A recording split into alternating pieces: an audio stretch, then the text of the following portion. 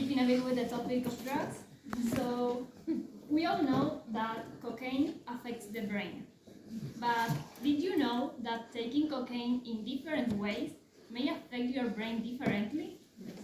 Yeah. Today, they're gonna delve into the world of cocaine and explore how smoking it by the mouth and inhaling it by the nose affects our brain differently. So, without further ado, let's begin. Cocaine is a stimulant drug.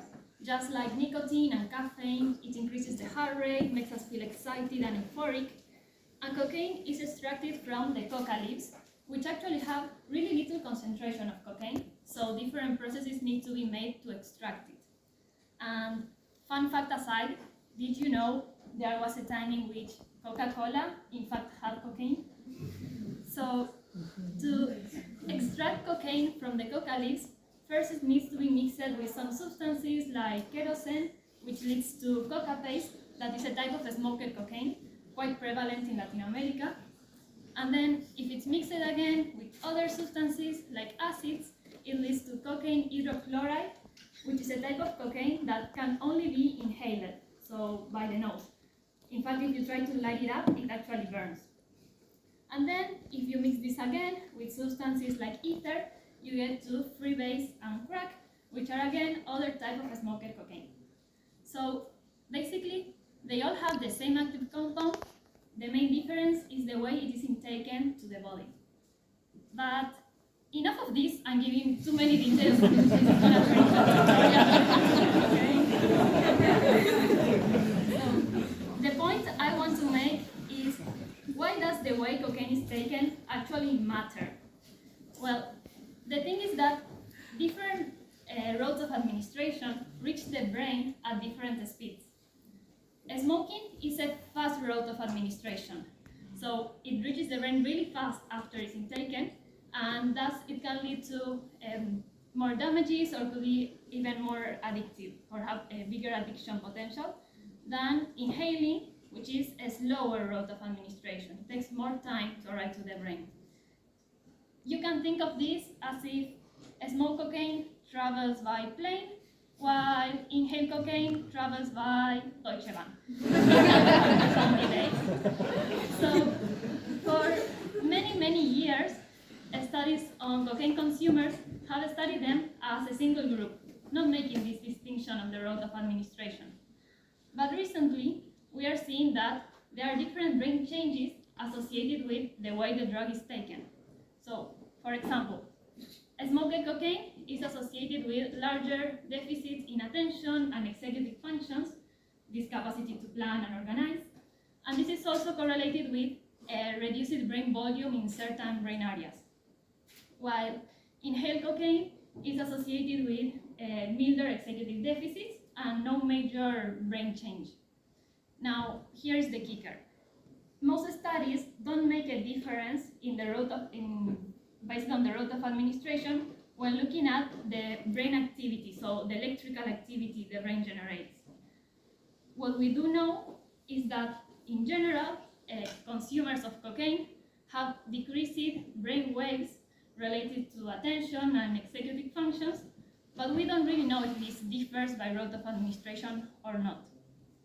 So let's talk a little bit about brain waves. Brain waves are specific patterns that appear in the electrical activity that are associated with specific cognitive processes. For example, imagine you are at a party and you are surrounded by noise and people, and you're trying to pay attention to what your friend is telling you.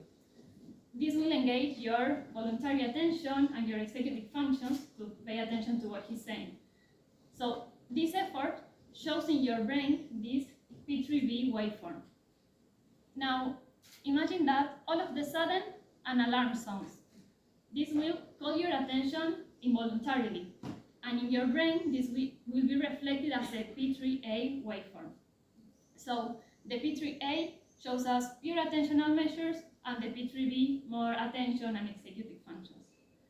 Now, considering what I said before, one could expect that smoked cocaine consumers have reduced P3A response as they have these attentional deficits, while both smoker and inhaled cocaine groups could present reduced P3B as they have these executive functions deficits.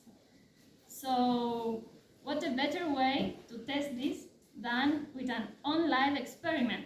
You can now choose if you prefer to smoke cocaine or inhale cocaine. No, I'm just joking, of course. That would be highly unethical and probably illegal as well. So what we did in our study actually was assess a group of people who were recovering from addiction in therapeutical communities. We gathered data from 25 people who were smoker cocaine dependent, 23 who were inhaled cocaine dependent, and 25 non-users who worked as a control group. And we assured that the groups had exactly the same demographic data, and they only differ by the route of administration of the drugs in the consumers group. We gathered cognitive data, so pencil and paper tasks to measure attention and executive functions. And we also took data with an electroencephalography that measures the electrical activity of the brain.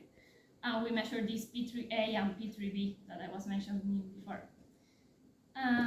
What we found was, for the pure attentional domain, in the cognitive task, in the paper and pencil test, that only the smoker cocaine group had a significant lower performance than the inhaled and the control group, so they performed really worse. And for the brain waves, we find that even though both groups had a diminished response of the brain, this was much more effective in the group of smoker cocaine.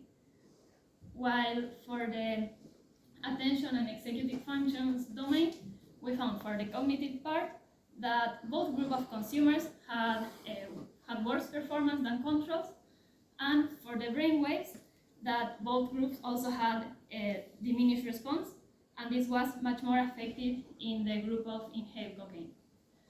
So, in conclusion, what we saw is that this fast route of administration, like smoker cocaine, is associated with larger attentional deficits, probably because fast route of administration induces changes in the brain more easily, more neuroplastic changes more easily, while both routes, both fast and slow, are associated with these executive deficits, and that this is also reflected in the brain activity, so it's encoded in the brain waves as well. Now, as I said before, this is not an experiment, so we can't really assess which came first, if the deficits or the drug use. And what we do know from longitudinal studies is that there is a bidirectional relationship. So there are some pre-existing deficits that lead towards drug use, and also drug use may increase these deficits, and the route of administration may play a role there. So now you know, taking a line or smoking a pipe isn't just a simple act, it may determine how your brain reacts. Thank you.